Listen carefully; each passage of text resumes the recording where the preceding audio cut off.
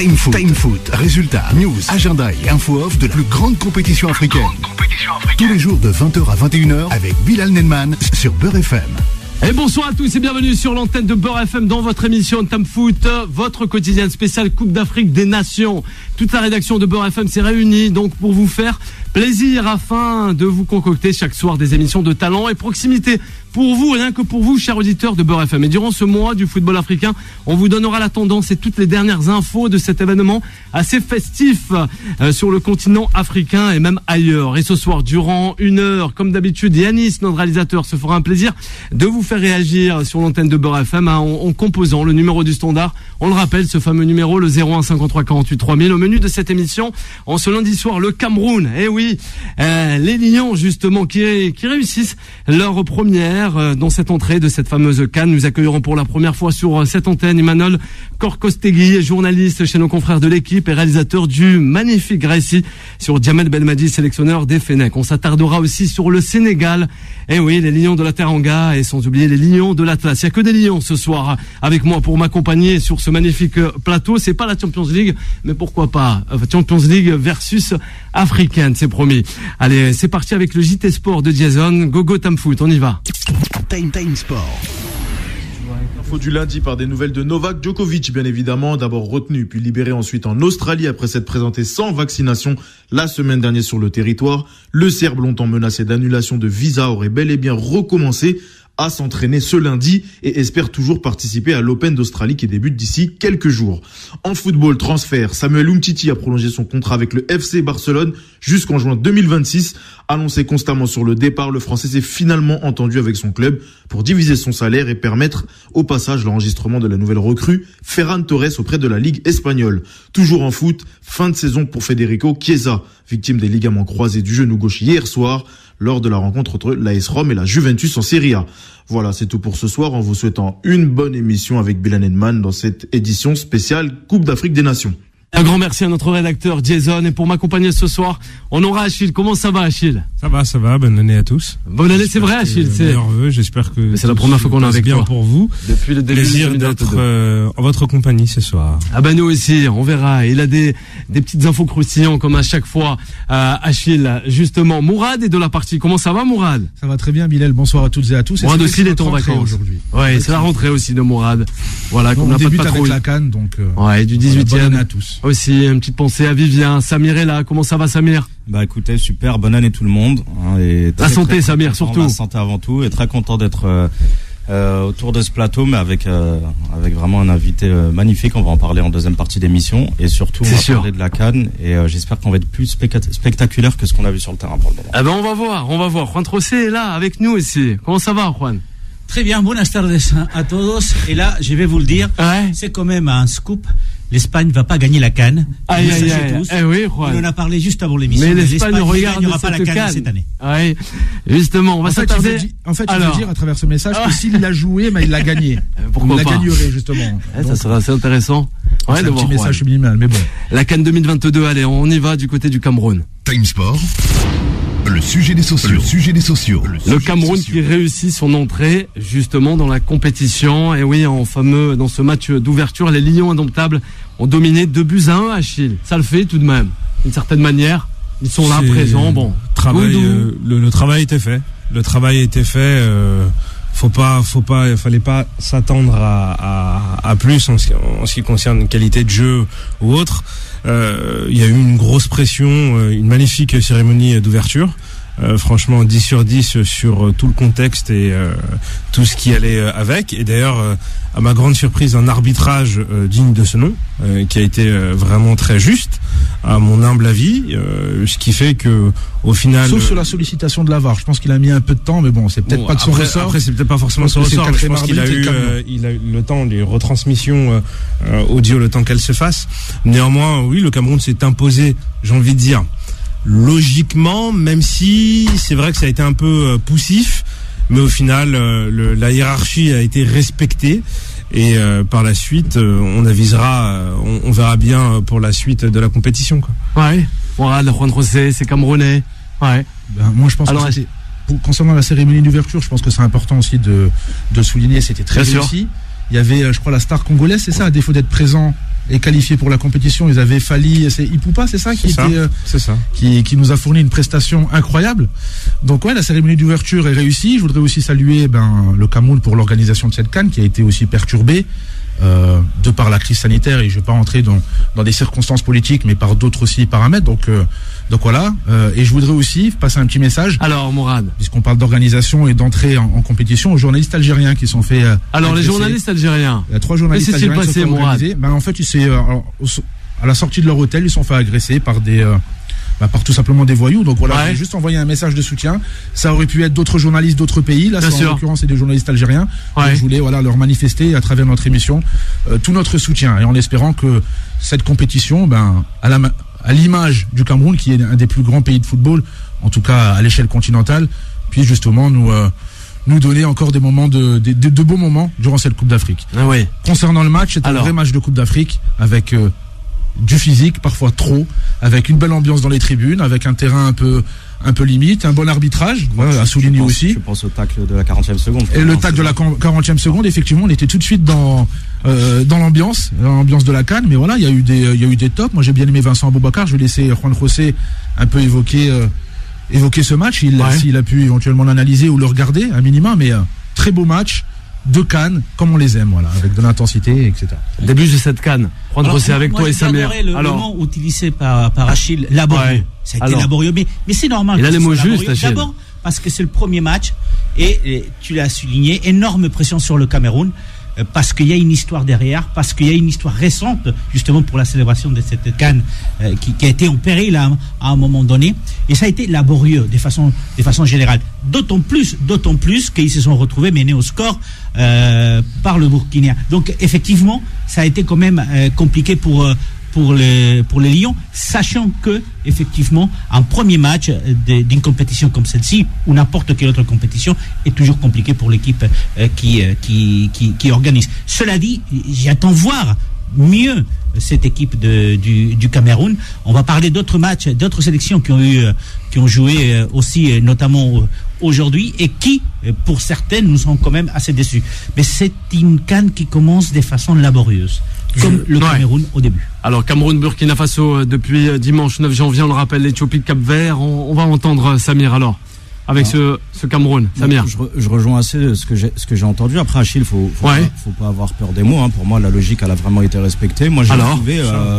tu sais, on fait souvent des pronostics avant la CAN. À ton avis, qui va être la surprise de la CAN, etc. Le Burkina Faso, le nom du Burkina est souvent revenu. Alors, pas de moi, mais je le voyais souvent revenir. Moi, je trouve que le Burkina Faso a été immature.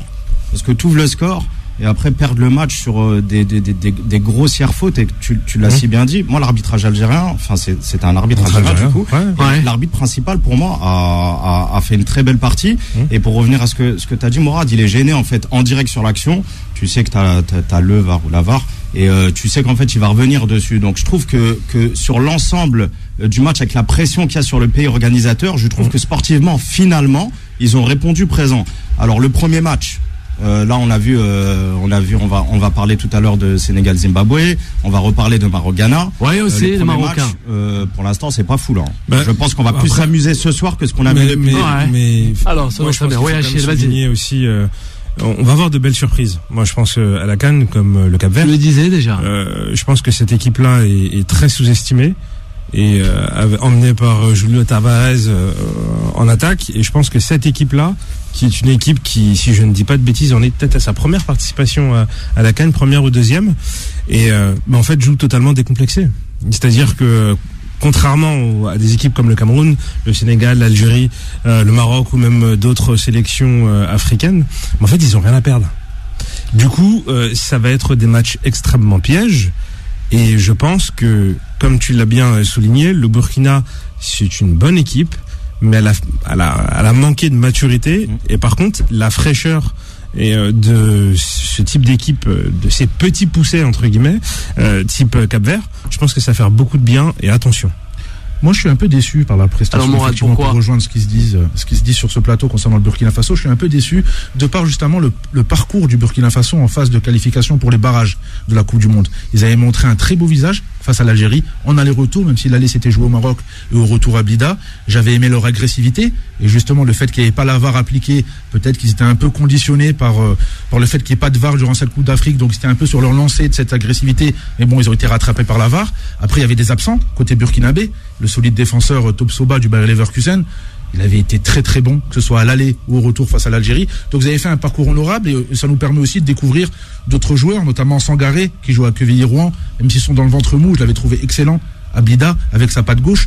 Donc voilà, après, moi je les voyais peut-être plus haut qu'ils ne l'étaient, peut-être le costume est un peu trop grand pour eux durant cette Coupe d'Afrique, mais je suis un peu déçu par cette sélection burkinabèse. Et après, concernant le Cameroun, même si c'est le premier match, c'est le match de la peur, le plus important c'est les 3 points, c'est un peu bateau comme expression, tout le monde l'utilise, mais c'est sur le plan comptable qu'on doit réussir, au-delà du contenu. Mais j'ai été déçu, il n'y a pas de leader technique, j'ai été déçu par Zambo Anguissa, qui pour moi doit franchir un palier et doit être le leader technique de cette sélection. J'ai été déçu par Onana aussi, même s'il s'est un peu rattrapé au fil du match, où il sort, il fait une petite boulette sur l'ouverture du score burkinabé. Donc voilà, après il y a 2 pénaltys. Pour moi, le deuxième pénalty est quand même un peu litigieux. Après, moi, ce que je retiens, voilà, c'était une fête. On voyait le président camerounais, je sais pas, avec son épouse dans les tribunes. Il y avait un stade, il y avait déjà une jauge de 80%. Il y avait une belle ambiance. Contrairement au match, tu l'as évoqué tout à l'heure, du Sénégal ou du Maroc, où c'était clairsemé, les tribunes étaient vides. Donc, je sais même pas vers quoi on s'engage, en fait, dans la suite de cette CAN. J'arrive même pas à dégager de favoris. Mais en tout cas, je peux écarter le Burkina Faso, qui pour moi n'est plus un outsider. Non, mais faut bien. Alors, il n'y a pas des favoris. Non, mais il faut bien. Non, mais il faut bien faire. Alors, le Cameroun est un favori naturel, mais sur le terrain. Attention à ne pas se laisser, emporter par des potentielles qualifications éliminatoires en amont. Qui a pu se passer précédent cette CAN-là, parce que là ça n'a rien à voir. Quand il y a 2 mois d'écart entre le premier match de la CAN et ça n'a rien à voir. On sait tous. On est obligé d'avoir des éléments de comparaison. On sait tous qu'aujourd'hui la vérité du jour n'est pas forcément celle du lendemain, et encore plus lorsqu'il s'agit d'une CAN. C'est-à-dire que la CAN, en règle générale, il y a beaucoup de révélations de joueurs qui se révèlent.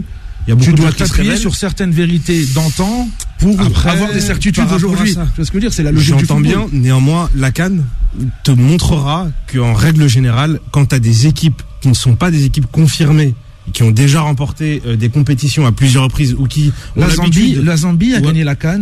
J'entends bien, mais l'Algérie n'avait pas gagné la CAN depuis 90, la remportant en 2019. J'entends bien. Néanmoins, l'Algérie a quand même participé à la Coupe du Monde 2014. Est-ce que c'était le cas de la Zambie? Non, 2014 et 2019, il y avait quand même un minimum d'expérience. Voilà, mais il y a quand même un minimum d'expérience, c'est ce qui fait, et c'est ce qui va faire, à mon humble avis, à un moment donné, la différence. Moi, je pense qu'on fait aussi une erreur avec les grosses nations africaines. On est beaucoup resté sur l'image du grand Cameroun, de la grosse Côte d'Ivoire, du grand Ghana. Ouais. Je pense qu'à un moment donné, il faut accepter que, tu parlais de leader technique, Morad, je pense qu'il faut accepter que ça y est, il y a plus de leader technique. Il y a plus de Samuel Eto'o, ça y est, c'est fini. Ouais. En gros, maintenant, il y a une passation de pouvoir. Alors, les grosses nations africaines, c'est peut-être plus du tout ces pays-là, c'est peut-être l'Algérie, c'est peut-être le Sénégal, c'est peut-être d'autres sélections. Ouais, aujourd'hui, il faut l'accepter, et il faut peut-être pas attendre du Cameroun aujourd'hui ce qu'on a vu du Cameroun il y a une dizaine d'années. Je pense, c'est peut-être que mentalement, on a encore l'espoir de voir un beau Cameroun comme à la belle époque, avec Mboma, avec Eto'o, etc. Je comptais sur Topo Ekambi, moi, je tombe de très haut, là. Malheureusement. Malheureusement. C'est intéressant ce que disait Achille. Malheureusement, mais c'est vrai. On a eu un Vincent Boubacar. Intéressant. Le Cameroun reste quand même une sélection importante, parce que justement, il a une histoire. Et ce que tu viens de dire, je pourrais te donner la raison, mais je te la donne pas, parce que quand tu transposes ça à l'Europe, l'Allemagne sera toujours l'Allemagne, la France sera toujours la France, et l'Italie sera toujours l'Italie. La différence, c'est que la France et l'Allemagne a toujours reproduit, reformé, et pas le Cameroun. Donc le Cameroun est quand même une sélection qui a une histoire et qui défend cette histoire, et joue à la maison. Ça a été compliqué, tout le monde s'attendait à que ça soit compliqué lors du premier match. On va voir jeudi prochain face à l'Éthiopie comment ça se passe. Est-ce que la peur de ce premier match, une fois passé, va leur donner de la confiance? Je pense qu'à la fin, le Cameroun va jouer son rôle des grandes nations du football africain. C'est vrai qu'il y a des hauts et des bas, et ces dernières années ça n'a pas été des hauts pour le Cameroun, mais ils jouent chez eux, et ça c'est toujours important. Mais quand on voit un Cameroun, moi ça me fait mal au cœur, quand on voit un Cameroun évoluer avec une défense à 3 et 2 latéraux qui hier ont fait un bon match d'ailleurs, qui jouent dans des clubs totalement anodins, dont j'ai oublié le nom, je crois qu'il y en a un qui joue à Seattle, il me semble, qui a fait un très bon match. Vincent Aboubakar, qui est le leader, qui est le fer de lance de cette sélection du Cameroun. Il vient d'être rappelé. Hein. Il n'était pas forcément présent, c'était plutôt Choupo-Moting qui était sur le banc. Oui, Choupo-Moting, non mais voilà. sur le match d'hier, il a prouvé que c'était le fer de lance de cette sélection en marquant un doublé, il le laisse tirer les pénaltys, etc. Et il a fait un très bon match d'ailleurs. C'est un des top joueurs pour moi hier. Ouais. Donc ça reste un peu limité. Quand on s'appelle le Cameroun, on s'attend à des maillots débardeurs sponsorisés par Puma, le corps sportif, le corps dessiné, des Jérémy, de l'intensité, de la maîtrise technique, à la fois de la technique et de la puissance. Il avait pas tort, ça hier. Bah moi, je suis désolé, j'arrive pas à être d'accord avec ce que je viens d'entendre juste avant. Alors, je reviens sur la comparaison de l'Allemagne, de la France, etc. Tu peux comparer, faut comparer ce qui est comparable. L'Allemagne, la France, etc. En formé et reformé toutes les décennies, t'as eu des grosses générations. Je suis désolé, c'est plus le cas de la Côte d'Ivoire, c'est plus le cas du Cameroun, c'est plus le cas du Ghana. Ils ne font plus du tout peur. Certes, tu peux t'appuyer sur l'histoire, mais c'est plus des nations aujourd'hui. Genre, tu rencontres le Cameroun, le Ghana, tu te dis, il y a plus Samuel Eto'o, il y a plus Drogba, il y a plus Yaya Touré. C'est plus les mêmes équipes, donc tu peux pas comparer ça, c'est impossible. Oui, par contre, aujourd'hui, l'Algérie, le Sénégal, ça fait peut-être le Maroc, on peut rajouter, ça fait peut-être un peu plus peur. Et je vais finir l'argument juste sur une chose, en essayant évidemment d'être objectif. Si aujourd'hui je vais être content de me dire, tiens, l'attaquant du Cameroun, c'est Aboubakar qui a mis un doublé, qui a mis 2 pénaltys et qui joue je ne sais où aujourd'hui, désolé, je préférais Samuel Eto'o, mais voilà. On a une réaction d'Abdel qui nous dit la CAN, comme ça a été dit par l'équipe, faut regarder l'efficacité, même s'il y a des progrès dans le jeu chez certaines nations. Après, ce n'est que le premier match, voilà. Faut laisser aussi le temps, et c'est toujours assez particulier. Vous restez avec nous. Au fur et à mesure de l'émission, les leaders techniques, et c'est vrai que, doivent disparaître dans ces conditions. On ne peut pas enchaîner sur un autre débat. Je dois ouvrir sur la page de publicité. On va revenir avec Imanol, justement, Korkostegui, qui est avec nous, qui est arrivé, et justement, on va enchaîner sur les Fennecs. Allez, pour le plus grand plaisir de vous, les amoureux du football africain, voire mondial, vous restez avec nous, le 01 53 48 3000. Time Foot revient dans un instant. 20h, 21h, Time Foot avec Bilal Nenman sur Beurre FM. Et de retour sur l'antenne de Beurre FM après cette courte pause, toujours en compagnie de Mourad, Achille, Samir et Juan Trocé Dorado. N'oubliez pas le numéro du standard, le 01 53 48 3000 pour réagir avec toute l'équipe de Time Foot, voilà, spécial Coupe d'Afrique des Nations. Du côté du Cameroun. Allez, on va s'attarder avec notre invité de ce soir, monsieur Imanol Korkostegui. C'est parti. Time Sport.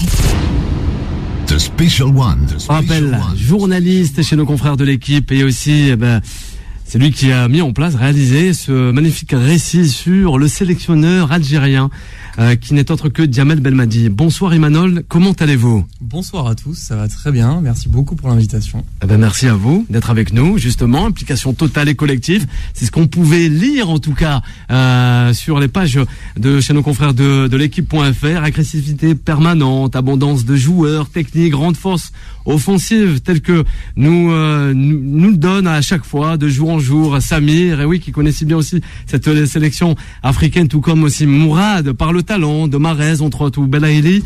Mais c'est vrai, comment définir son identité tactique, qui sont aussi les joueurs phares d'un certain Djamel Belmadi, l'homme aussi. Qui est Djamel Belmadi ? On vous écoute, on veut tout savoir ce soir, sur l'antenne de Beurre FM. Imanol. L'idée de ce travail, c'était effectivement de s'intéresser à Belmadi parce que c'est un joueur qui est connu du grand public, de nos lecteurs. C'est un joueur de Ligue 1 qui a été formé au PSG, qui est passé par Marseille, qui a joué à Valenciennes aussi. Et puis on s'est intéressé à ce qu'il a réussi à la tête de l'Algérie, en se disant que c'était quand même je rappelle d'où venait l'Algérie quand Belmadi les a pris en main. Il venait d'épuiser 6 sélectionneurs en 4 ans.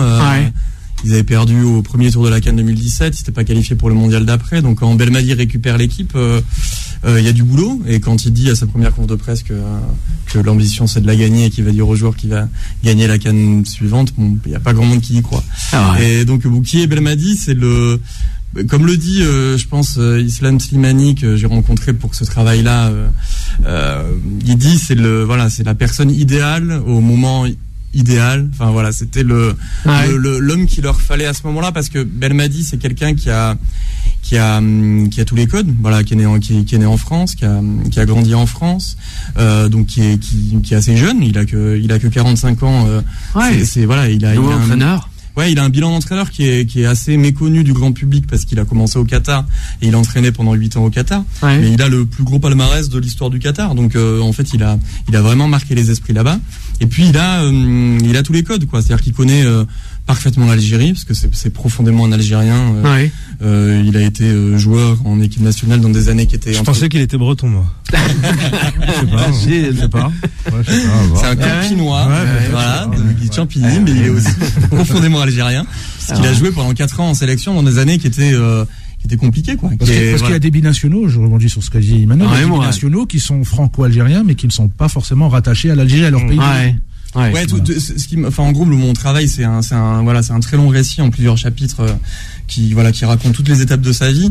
Et je dis qu'il est profondément algérien parce qu'effectivement, notamment le choix d'aller en sélection d'Algérie quand il est joueur, il y va très jeune. Enfin, sa première sélection, c'est en 2000, mais déjà avant, il choisit de répondre à l'appel de la sélection, alors qu'il aurait pu aller en équipe de France à prime. Enfin, il y a un vrai choix qui est un choix d'amour du maillot, d'amour de son pays, de fierté par rapport à sa famille, qui est un choix fort, quoi. Et pendant 4 ans en tant que joueur, il connaît quand même beaucoup de galères. C'est pas le foot algérien d'aujourd'hui, c'est un foot qui est pas professionnalisé, où parfois on paye ses billets d'avion, parfois lui a prouvé à maintes reprises son amour pour ce pays, pour ce maillot, et quelque part que 20 ans après ses débuts internationaux, il arrive à bâtir ce qu'il a bâti avec la sélection, c'est assez remarquable. Donc Thié Belmadi, c'est quelqu'un qui est un professionnel absolu. Enfin, tous les gens qui l'ont croisé le disent. C'est un mec qui était un joueur qui donnait tout à l'entraînement, qui donnait tout en match, qui est une espèce de perfectionniste, parfois colérique quand son exigence est pas appliquée par tout le monde. Et c'est quelqu'un qui a les codes de cette génération. Il est jeune, il s'y connaît. Il sait s'y prendre. Ouais, on a l'impression. Si on regarde l'effectif de la sélection algérienne, en gros, il y a beaucoup de binationaux qui ont des parcours assez similaires aux siens, donc il a les codes. Les Algériens d'Algérie, comme on a eu tendance à dire, il connaît parfaitement parce que le contexte algérien, il le maîtrise du début à la fin. Le rôle de la presse, avec qui il est assez punchy, il la maîtrise comme il faut. Et puis il y a aussi pas mal de joueurs qui jouent dans le golf et voilà, lui il vit au Qatar, il a grandi comme entraîneur au Qatar. Donc en fait c'est la pierre angulaire de ce schéma-là, quoi. Mourad, c'est comme ça qu'on peut le dire. Il nous l'a dit maintenant avec Slimani. Il a très bien expliqué. Je pense que en tout cas, j'aurais pas pu faire mieux. Il est au centre de tout cela, à la fois de son pays d'origine, à la fois des binationaux et à la fois du Qatar aussi, qui joue un rôle prépondérant au sein de la sélection algérienne. Et présent le Qatar. Parce qu'il y a beaucoup de joueurs sélectionnés qui évoluent dans ces championnats. Et lui, c'est un des, on va dire, ne serait-ce que, il faisait partie des, en lisant le récit d'Emmanuel, un des précurseurs, un des bâtisseurs du football qatari.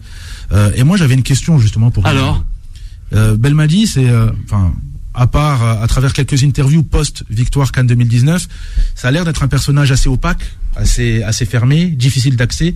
Est-ce que tu as pu avoir eu accès à Djamel Belmadi, ou est-ce que c'était pas forcément nécessaire, ou est-ce que pour être honnête, je lui ai fait une demande d'interview, il m'a jamais répondu. Donc ça voulait dire, je pense, ni oui ni non. Mais effectivement, alors il est normand dans ce cas pour répondre à Agile. Je pense que en plus en période pré-Cannes, c'est un moment qui était tellement important. C'est délicat. Je l'ai pas vu donner d'interview avant la Cannes à quiconque. Donc, mais effectivement, avec la presse, il a un rapport assez distant en général. Il refuse souvent les interviews. Et puis on voit comment il s'y prend avec la presse en Algérie. Il a mis des barrières très claires dès le départ. Et effectivement, il donne énormément. C'est ça le paradoxe un peu du personnage, c'est que il donne énormément en conf de presse. Enfin, je pense qu'il a aussi acquis sa notoriété et imposé son autorité et imposé son influence via les confs de presse, où il n'hésite pas à tacler les consultants de la télé algérienne, à tacler les ingérences quand il estime qu'il y en a, à sa sortie sur Delors. Je pense qu'elle a été très appréciée en Algérie. En gros, quand on dit Delors lui fait passer le message qu'il va mettre la sélection entre parenthèses pendant 1 an, Belmadi, il dit que c'est pas acceptable et il le dit avec ses mots. Et c'était une opportunité aussi. Avec son franc-parler. En France aussi d'ailleurs. Et ouais, je pense qu'en fait tout le monde là, je pense que tout le foot africain a été très fier de cette sortie-là, parce que c'était aussi une façon pour lui de dire que les joueurs qui évoluent en Europe, il faut qu'ils viennent en sélection, pas que pour le meilleur, quoi, aussi pour le pire. Enfin voilà, on se pointe pas juste pour une Coupe du Monde ou pour une CAN, mais les déplacements de galère en qualif. Comme une jeune mariée, pour reprendre ses propos. Ouais, voilà, exactement. Donc voilà, son rapport à la presse, c'est quelqu'un qui, dans l'intimité, tous les proches, j'ai fait une trentaine d'interviews pour faire ce récit. Tous ses proches disent que c'est un mec extrêmement marrant, extrêmement intelligent, gentil, etc. Mais c'est vrai que depuis qu'il est sélectionneur, il a créé un cadre assez ferme avec les joueurs, avec la presse, avec l'environnement, avec tout le monde. C'est sa méthode, quoi. Emmanuel, ça rappelle un peu des grands champions, tout comme on va dire des Deschamps ou encore des Zidane. On se ferme dans cette bulle, et y compris pour Djamel Belmadi, il a pris, il a endossé ce fameux rôle. Cette cape, quoi, de sélectionneur. Les deux noms que tu viens de citer, clairement, c'est des références pour lui. Et je sais bien. Voilà, il va dire qu'il parle de Zidane en disant qu'il est, il est souvent sous-estimé comme entraîneur. Il a joué face à lui lors du France-Algérie. Et Belmadi, c'est un pragmatique sur un peu à la Deschamps. Il y a quelques points communs avec lui. Et il raconte souvent une rencontre qu'il avait vu Deschamps à Londres. Quand au moment des prix du meilleur entraîneur, puisque Belmadi avait été nommé 4e meilleur entraîneur par la FIFA en 2019, et là il avait vu Deschamps, et il raconte souvent cette rencontre en disant que lui aussi il avait dit à Deschamps pourquoi cette équipe un peu défensive, Matuidi qui joue en milieu gauche, et que Deschamps lui avait dit les joueurs se sentent à l'aise comme ça, moi je gagne comme ça, et Belmadi il utilise ça un peu comme un exemple en disant lui aussi c'est un pragmatique par rapport à la tu citais là le chapeau qui était en fait sur une vidéo tactique qu'on a fait une vidéo de 7 minutes qui analyse le jeu tactiquement de l'Algérie. Et le jeu de l'Algérie, c'est un jeu caméléon. Il est capable de faire à peu près tout, c'est-à-dire de jouer en possession contre des équipes faibles, de jouer en transition quand il le faut. C'est une équipe qui est extrêmement agressive, c'est celle qui a fait le plus de fautes à la CAN en 2019, mais c'est aussi un choix de faire jouer énormément de joueurs techniques, et donc c'est une équipe qui est une très belle équipe. Alors Samir, il y a aussi Juan Trocé de réaction avec Achille. Alors déjà bravo pour ton travail, Emmanuel, bravo. Et j'ai une question, tu sais que le public algérien se fait une idée du personnage, et à travers tous les témoignages que tu as eus, est-ce qu'il y a un écart entre l'idée que le public algérien se fait du personnage de Belmadi et son réel personnage? Oui, c'est-à-dire que le personnage qui se crée comme sélectionneur, comme je l'écris dans le récit, on l'a surnommé le ministre du bonheur, vu tout le bonheur qu'il a apporté au peuple algérien, mais c'est un ministre du bonheur au visage extrêmement fermé, et du coup il passe parfois en Algérie pour un type fermé, extrêmement autoritaire, voire un peu arrogant, et tous ses proches me le racontent pas comme ça. Et moi, ce qui m'a aussi marqué, c'est comment les joueurs en parlent. C'est-à-dire que on peut imaginer que c'est un peu un Vaïd. En fait, quand je demande à Slimani quelles sont les différences entre Vaïd et Belmadi, et pour lui elles sont énormes. Belmadi, c'est malgré tout, c'est un cadre de vie extrêmement strict, et t'as pas intérêt à déconner avec ça. Mais c'est le grand frère, comme il l'appelle. C'est quelqu'un qui est très très proche humainement des joueurs, à qui les joueurs peuvent tout raconter, à qui eux ont l'impression que Belmadi est un mec qui dit toujours la vérité, qui est toujours qui porte pas de masque. Et moi j'étais impressionné de quand je discutais avec Ben Sebaini ou avec Slimani, de voir l'amour qu'ils ont pour Belmadi. Et souvent on peut se dire évidemment tu parles toujours en bien de ton entraîneur parce que tu as envie d'être sélectionné et tout ça. Mais là j'ai senti qu'il y avait un truc sincère. Et d'ailleurs ce qui est marrant, c'est que au moment où Belmadi est nommé, en fait, il est pas favori, puisque le président de la Fédé à l'époque laisse entendre que ce sera un mondialiste. On parle beaucoup de Carlos Queiroz, on parle de c'était un plan B. C'était un plan B, mais c'était un plan B qui était défendu par pas mal de joueurs, et notamment certains cadres de l'équipe comme Mahrez, comme Slimani, qui avait entendu beaucoup Fegouli, exactement, Fegouli vachement, qui avait entendu beaucoup de bien de lui et qui ont milité pour qu'il y aille, quoi. Il est clair qu'il a réussi à reconstruire une équipe, mais ce qui m'intéresse moi à l'instant, c'est de savoir quelles sont ses relations avec les dirigeants. On sait que par le passé, les dirigeants de l'Algérie n'ont pas été une solution, mais plutôt un problème. Alors comment a-t-il amadoué les dirigeants algériens justement pour qu'ils puissent travailler dans une certaine sérénité ou tranquillité? En fait, il y a une histoire assez marrante sur le moment où Belmadi est choisi, c'est-à-dire que comme on le disait, au départ c'est le plan B. Donc il rencontre Zetchi, donc qui était le président de l'époque, dans un hôtel à Paris. La réunion, elle dure pendant 7 heures.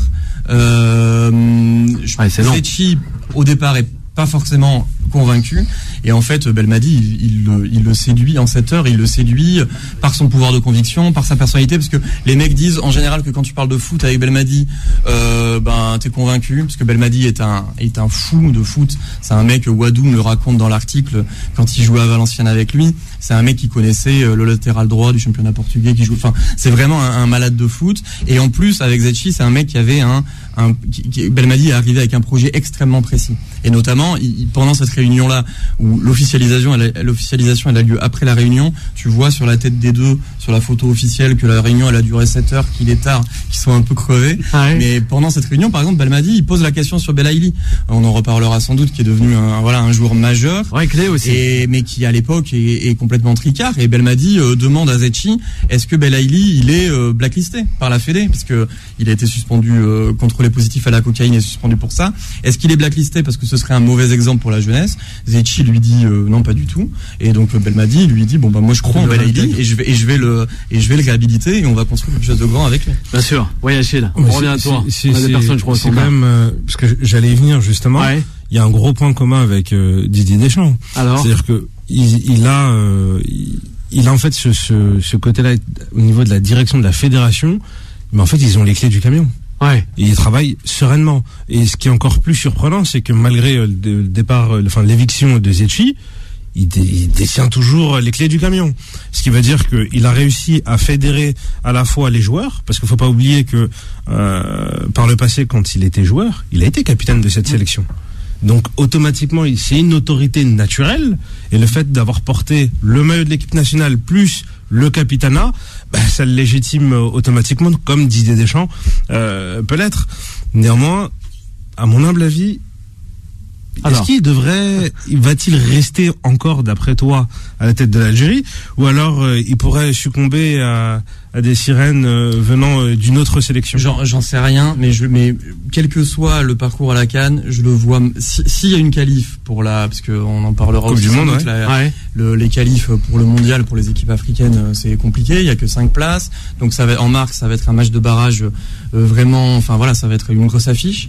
Mais si l'Algérie se qualifie pour le mondial, c'est évident qu'il reste jusqu'au mondial, parce que pour Belmadi, c'est une apothéose collective, la Coupe du Monde au Qatar, parce que Qui plus est au Qatar. Une apothéose personnelle, parce que comme il le dit lui-même, vivre une Coupe du Monde, sa première Coupe du Monde comme entraîneur, et même comme joueur, parce qu'il a juste, avec l'Algérie, il a juste joué une CAN en 2004, mais il a jamais joué d'autres compétitions internationales. Vivre une Coupe du Monde dans le pays où il est né comme entraîneur, pour lui, c'est une symbolique énorme. Et en plus, le Qatar, c'est l'endroit où les Algériens s'entraînent souvent.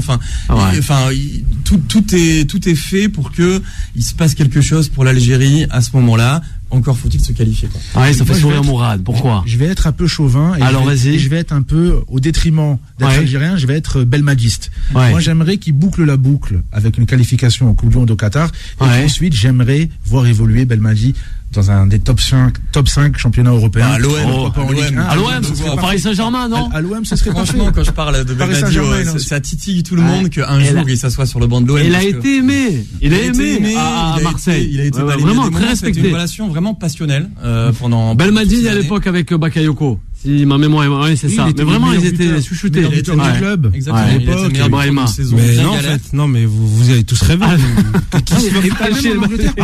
Allez, à Valence, peut-être, à Valence. Je peux juste finir mon point. Il va venir, il a joué en Espagne aussi, donc pourquoi pas. Mais j'aimerais bien aussi, il faut savoir qu'il parle très bien anglais. Il a évolué à Manchester City. Et moi, je le verrais bien, de par l'ouverture d'esprit, notamment de la Première Ligue. Non, toi, tu veux le voir Arsenal, toi. Je le verrais bien aussi. Arsenal, c'est la vérité. Les Gunners. Dans un club du top 10 anglais, moi je le verrais très bien exercer. C'est ça. Arsenal, il a raison. Je vais voir à la place d'Arteta, c'est ça.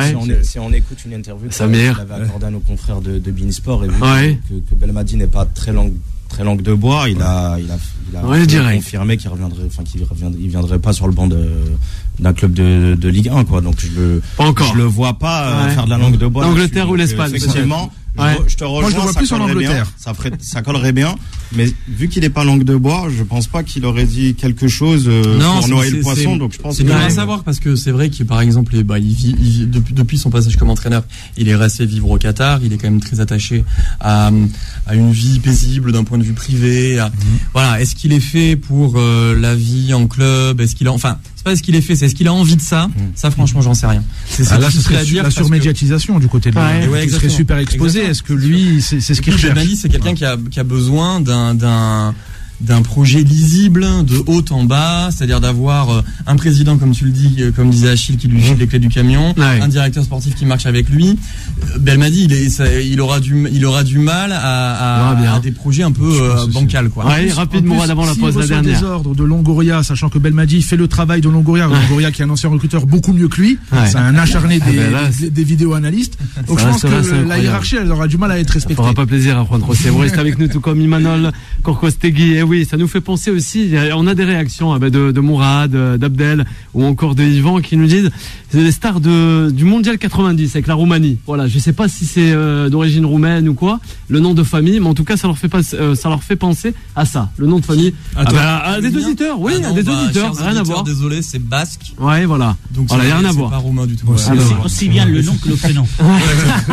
Fallait demander à Juan José directement. Moi je lis les dédicaces des auditeurs. J'attends pas Juan José. Mondial 90. Ça fait rien. Mondial en Italie, remporté par la Mannschaft. Vous restez avec nous, on revient rapidement avec l'équipe de Time Foot et aussi notre invité qui est Imanol. À de suite. Time Foot revient dans un instant. 20h, 21h, Time Foot avec Bilal Nenman sur Beurre FM. Et de retour pour la dernière partie de cette émission, de Time Foot, spéciale Coupe d'Afrique des Nations. On a des petites dédicaces à faire pour Nasser, pour Somaya qui nous écoute ce soir, des bises pour eux et toute la famille.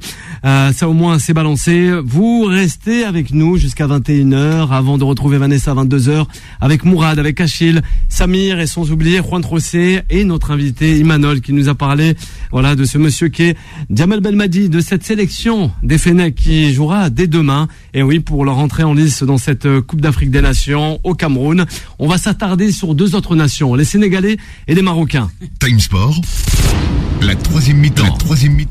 On est bon, c'est ça, Juan José. Et oui, entrée en lice aussi des Lions de la Teranga. Oui, mais ça a été aussi compliqué que pour eux, même un peu plus, puisque de toute façon, courte victoire 1-0 et c'était à la 94e minute.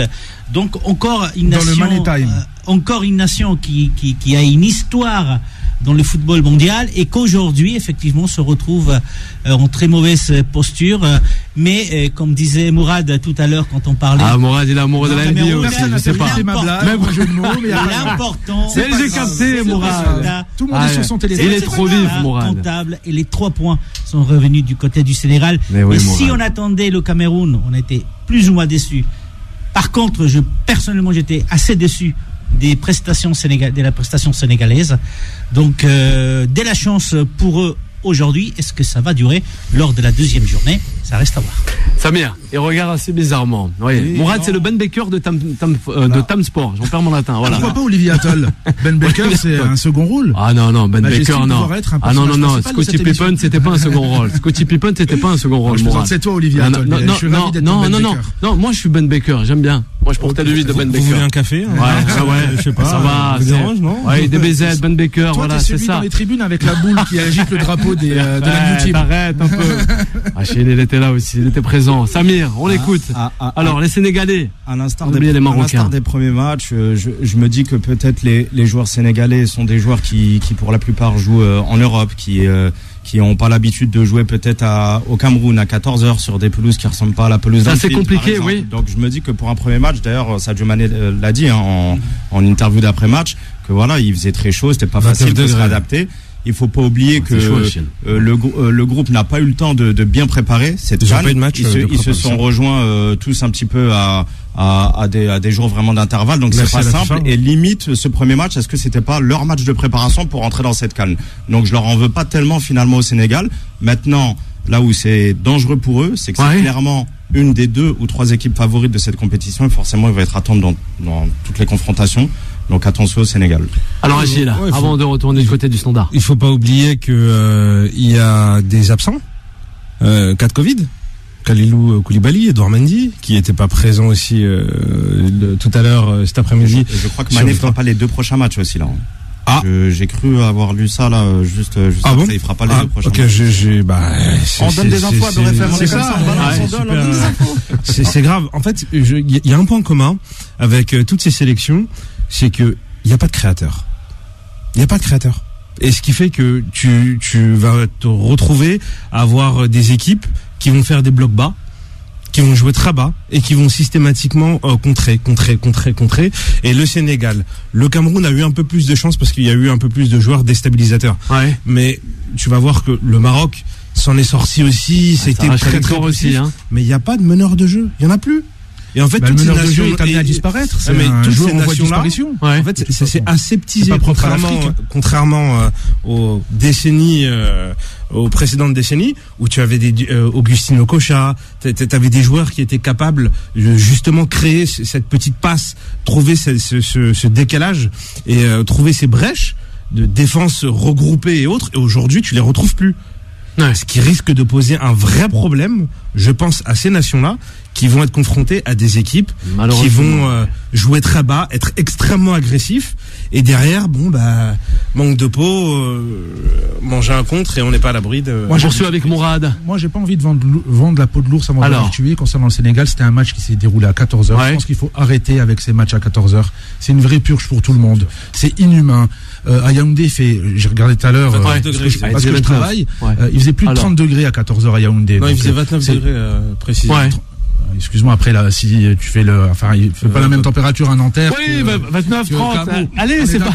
Aux alentours du stade Bi Passoum, si je me trompe pas. Oui. Donc voilà, il faisait environ 30 degrés à Yaoundé à 14h. Donc voilà, c'est une purge. Donc difficile de tirer des enseignements sur ces petits deux matchs. Par contre, moi, ce que j'analyse, c'est que j'ai vu un Sénégal, très faible dans les transmissions, très faible dans la possession de balles, avec un effectif, un 11 clairsemé, avec beaucoup d'espace entre les joueurs. Un Mané peut-être qui était le seul joueur qui est sorti du lot. Certains l'ont critiqué. Moi, je pense que il était plus ou moins décisif, même s'il a marqué un penalty, mais c'était un des seuls à se procurer d'autres occasions. Et en termes de profondeur de banc et en termes d'effectifs, certes, il y a beaucoup de joueurs qui évoluent dans des grands clubs, mais ce sont souvent des seconds couteaux dans ces grands clubs. Je pense à Bounassar, et notamment au milieu, et Gay aussi, Gana Gay, qui est aussi un second couteau au milieu de terrain au sein de l'effectif du Paris Saint-Germain. Donc voilà, le Sénégal, éternel favori, face à un éternel petit poussé, le Zimbabwe. Donc voilà, même si je tire pas d'enseignement assez hâtif concernant le Sénégal, mais je les vois pas aller si loin que ça. Allez, le dernier sujet. Emmanuel a un avis pour le Sénégal. On va voir Emmanuel. Allez, Emmanuel, avant de partir sur les Lions de l'Atlas. Non, j'avais envie de répondre sur ce que disait Achille sur les meneurs de jeu. C'est intéressant. Il fait réagir. On a plus de meneurs de jeu à l'ancienne qui sont des vrais numéros 10. Mais ça, avec le jeu d'Algérie, s'il y a un meneur de jeu qui s'en rapproche, c'est des mecs comme Benasser ou Fegouli. C'est-à-dire, en fait, c'est des joueurs qui sont aussi des récupérateurs. Des Brahimi, des Belaïli. On en a, nous, des meneurs de jeu. Hormis l'Algérie. Non, mais blague à part, hormis l'Algérie. Je vois pas quelle autre nation a des joueurs capables en Afrique de faire. Tu peux comparer ça au football mondial avec la perte du vrai numéro 10. Avant ce joueur-là, le rôle c'était le numéro 10 qui l'avait. C'est pour en mettre. Aujourd'hui, c'est un football de contre-attaquant. Parlons des noms de l'Atlas, justement. Justement, les Marocains, on y va. La plus grosse affiche de cette journée. Time Sport, le mode pressing. Moi, je comprends jamais rien. On parle de Benzema, il a la ramasse. On parle du Maroc, il a la ramasse aussi. Les deux favoris, justement, désignés, se reconnaîtra. Du groupe C de la Coupe d'Afrique des Nations 2022. On l'entend peut-être proposer un jeu assez insipide, si je peux me permettre, Samir. Eh oui, un but à 0 pour le Maroc. Eh oui, Sofiane. Pour avoir vu la rencontre, les 90 minutes de la rencontre, là aussi, tout comme le Sénégal, on a l'impression. En fait, ça a été une rencontre ça se regardait. C'est surtout, on veut pas perdre. Après, il y a eu en deuxième mi-temps l'arrêt de Bounou, le gardien marocain et sévillan, qui à mon humble avis, sera déterminant pour la suite de la compétition, parce qu'à ce moment-là, le Ghana, s'il ouvre le score, derrière, je pense qu'ils sont en totale confiance, ils font un bloc bas, pressing, et le Maroc s'approche pas des 20 derniers mètres. Manque de peau, ils marquent pas. Qu'est-ce qui se passe? Ils craquent sur une relance peut-être de la star à l'heure actuelle du Ghana qui est Partey. Sur une mauvaise passe de Partey. Arsenal, Partey a un chant, c'est no Partey, no party. Donc là, du coup, avec Partey, parti côté marocain, avec cette perte de balle dans la surface et l'ouverture de score de Sofiane Bouffal. Non mais c'est vrai. Non mais c'est vrai, Thomas Partey, c'est ça, Thomas Partey. Ouais. Après, sur la chronique et sur l'analyse de 10 minutes d'Achille, j'aimerais bien mettre la lumière simplement sur la défense centrale marocaine. N'a pas le droit. Le duo Saïs-Aguerd, pour moi c'est niveau top 3 Ligue 1, même niveau top 3 Première Ligue, je les ai trouvés incroyables. Aujourd'hui, ne serait-ce que incroyable. Il n'y avait pas forcément de grands adversaires. Il y avait les frères Ayou, il y avait Souleymane, il y avait ils courent plus. Non, il y avait les, ils courent plus. Mais c'est toi qui le dis. Est-ce que t'as regardé le match? André Ayou, il court plus. C'est des sacrés clients, mon coco. C'est des sacrés clients. André Ayou, c'est plus de 100 sélections. Il fait les manas, il fait les beaux jours de Rennes. Plus que ça. On voit qu'il n'est pas forcément titulaire à Crystal Palace. Moi, j'ai trouvé cette sélection ghanéenne tranchante. J'ai trouvé la charnière centrale très rassurante. Et j'ai trouvé justement le Maroc de cette Coupe d'Afrique 2022, contrairement aux précédentes, c'est un collectif, contrairement à avant où c'était une somme d'individualités disloquées. Et là aujourd'hui, Vaïd, à l'image du but et l'accolade entre Bouffal et Vaïd El-Loudi, très belle image. Moi j'ai beaucoup aimé justement cette équipe marocaine qui joue en bloc où il n'y a pas de star. On a l'impression qu'il n'y a pas un joueur qui est au-dessus de l'autre. Et pour moi les hommes du match de on va essayer de parler des hommes de demain 14h. Et Aguerd. Ouais, rapidement. C'était un gros match. Pour les pronos avec l'Algérie. Un peu plus du côté du Maroc. Oui, les Marocains. C'est une sélection qui a des joueurs quand même extrêmement importants et qui aurait pu faire un peu plus. Donc le Ghana n'est pas la sélection la plus facile non plus pour commencer un premier match. C'est pour ça que je disais au début, sur les matchs qu'on a vus de la CAN, les grosses sélections qu'on pourrait attendre, de façon générale, nous ont déçus par rapport à leurs possibilités. C'est le premier match, il y a de la peur, c'est tout à fait normal. J'aurais aimé voir un Maroc beaucoup plus entreprenant qu'il ne l'a été aujourd'hui. Encore une fois, le résultat, c'est ce qui compte. Ils ont les 3 points. Ils continuent de l'avant. On verra lors du prochain match s'ils sont capables de confirmer, en attendant effectivement que le Sénégal ou le Cameroun fassent de même. Allez, rapide, Samir. Pour toutes celles et ceux qui ont l'habitude de voir jouer le Maroc, dans un premier temps, les supporters marocains faisaient que de critiquer Vaïd parce qu'ils n'étaient pas contents du fond de jeu de l'équipe. Et petit à petit, aujourd'hui, Vaïd, le plan de jeu, il est clair. Il s'appuie sur une assise défensive. Et en fait, moi, je m'attends à voir un Maroc qui va gagner tous les matchs, si ce n'est contre vraiment un adversaire qui a un écart incroyable. Mais je m'attends à voir le Maroc gagner tous les matchs avec un but d'écart. Et c'est ce qu'il réalise depuis maintenant peut-être une petite année de mémoire. Donc, j'étais pas choqué par la prestation du Maroc. Mehdi Benatia était en plateau. On reste confiant dans le match. C'est exactement ce qu'il disait. Il disait, ça y est, le jeu du Maroc, c'est totalement s'appuyer sur une défense qui est très forte et essayer de jouer les derniers coups sur coup de pied arrêté ou sur des individualités avec Sofiane Bouffal. Est-ce que ce serait pas le bon choix justement de Vaïd El-Lozi de miser justement sur ce collectif bloc bas à l'image de, il y a eu un repli défensif, je sais pas, en fin de match, juste avant l'ouverture du score marocaine, où ils sont tous revenus dans leurs 25 mètres. Je trouvais ça incroyable. Donc est-ce que c'est pas le bon choix justement de Vaïd de mettre les stars de côté et de miser sur un groupe? On a vu, il y a une solidarité, c'est compact, c'est un 4-1-4-1. C'est choix. 1-0 peut-être. Je sais pas s'ils iront au bout, mais en tout cas, moi, je les vois bien dernier carré, le Maroc. Je pense qu'ils vont craquer. Ils vont craquer parce qu'ils sont pas, à mon humble avis, ils ont pas en fait, ils ont pas ce joueur qui est le facteur X qui va te permettre d'aller plus loin. On a oublié de prendre Mourad. Mourad qui était au standard. Et on s'en excuse. Voilà, on le dit à l'antenne. Ça a beaucoup parlé. On peut essayer de le prendre. Allez, on va essayer de prendre Mourad. En plus, demain, 14h, l'Algérie qui rencontrera la Sierra Leone. Dans ce groupe E, première journée pour ce groupe E. Bonsoir Mourad. Il a composé les 01 53 48 3000. Bonsoir la team, comment allez-vous? Ça va très très bien Mourad. On a juste 2 minutes Mourad. Allez-y, faites-vous plaisir. On est avec Imanol encore, le réalisateur de One to Five, Belmadi. Juste, je voulais dire par rapport à Belmadi. Alors, parce que j'ai entendu ici et là que ça serait bien qu'il coache un grand club et tout. Moi, je pense que une fois la Coupe du Monde 2022 au Qatar, en espérant que les Fennecs y soient, mais je pense que ça devrait le faire. J'espère vraiment, soit il continue avec la sélection, soit il intègre la fédération. Parce que il a quand même construit quelque chose de fort avec cette sélection.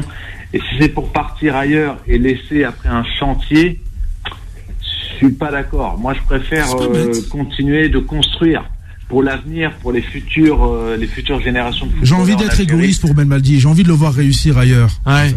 Ouais, lui c'est bon, décidément il veut lui faire signer ce contrat en première ligue. Hein. Ouais, il y en a qui veulent le garder. Confiture au cochon. En avril. Mais non, du tout, il a 45 ans, Belmadi, il a le temps.